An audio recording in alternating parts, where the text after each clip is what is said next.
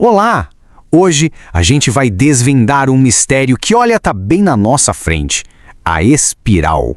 Pensa bem, ela tá lá nas galáxias mais distantes, na conchinha de um caracol e até, quem diria, na palma da nossa mão. Mas por quê, né? Por que essa forma aparece em tanto lugar? O que será que ela significa de verdade? Pois é, essa é a grande pergunta que vai guiar a nossa conversa. E para a gente tentar responder, vamos fazer uma viagem por 3 escalas bem diferentes, tá? Primeiro, o mundo natural aqui ao nosso redor. Depois, o nosso próprio corpo. E por fim, a imensidão do cosmos.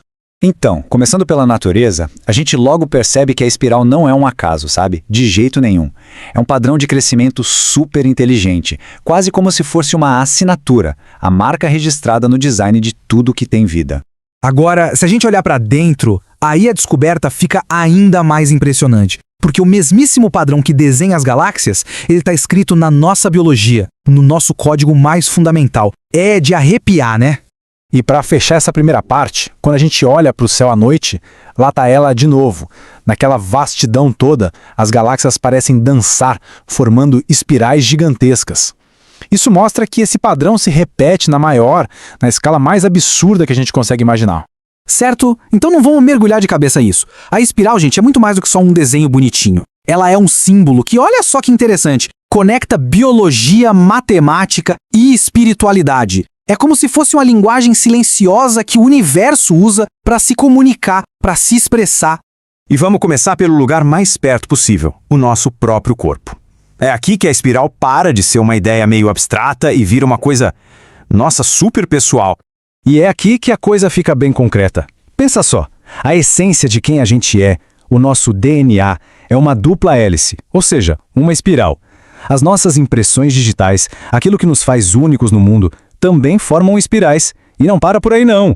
Até os redemoinhos no cabelo, o formato do umbigo, tudo segue esse mesmo padrão. A espiral está literalmente escrita na gente.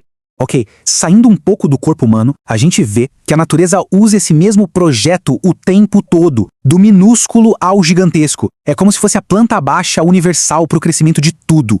E a variedade é, nossa, impressionante.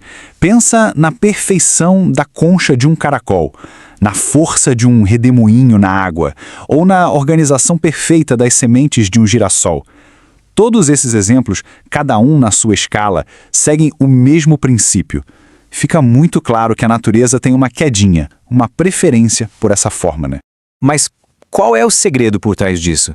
Por que essa preferência toda? Bom, a resposta, pasme, está na matemática. Muitas dessas formas são o que a gente chama de espirais logarítmicas. O nome pode assustar um pouco, mas a ideia por trás é bem simples. É simplesmente o jeito mais eficiente de crescer.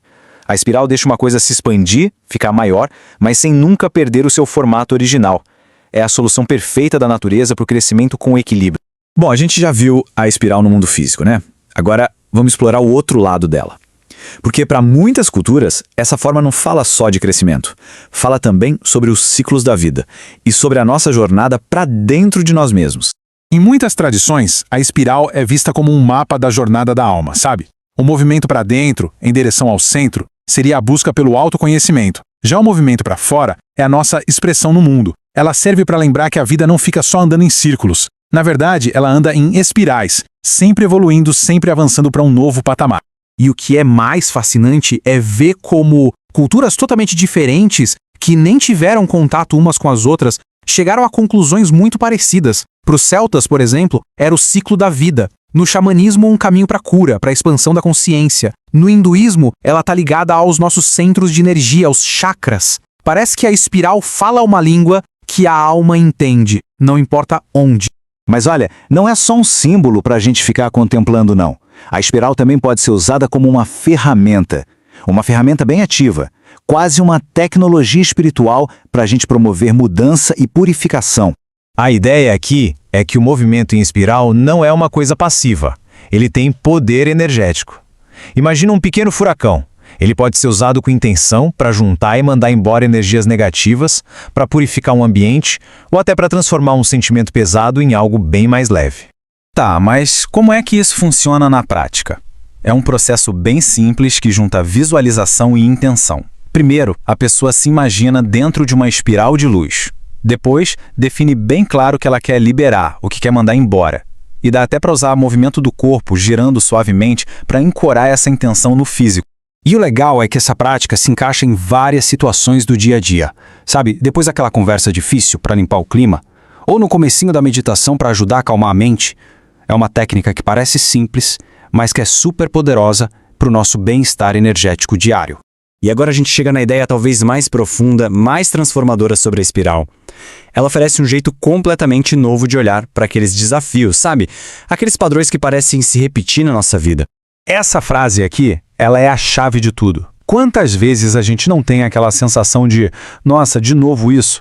Parece que eu estou voltando para o mesmo lugar? Pois é, a perspectiva da espiral muda completamente essa visão. Ela mostra que a gente não está no mesmo lugar. A gente está passando pelo mesmo tema, é verdade, mas num nível acima, com mais experiência, com mais sabedoria do que da última vez. E esse é o ponto central. A vida não é um círculo vicioso, uma repetição sem sentido. Ela é um processo de refinamento, de aprendizado. Cada volta que a gente dá na espiral nos leva mais fundo, nos ensina algo novo, nos eleva. Aquilo que parece só repetição, na verdade é uma chance de evoluir. E com essa ideia fica uma reflexão final, né? Se a gente olhar para a própria vida, para os ciclos, para os aprendizados, em que ponto dessa jornada em espiral será que cada um de nós se encontra agora?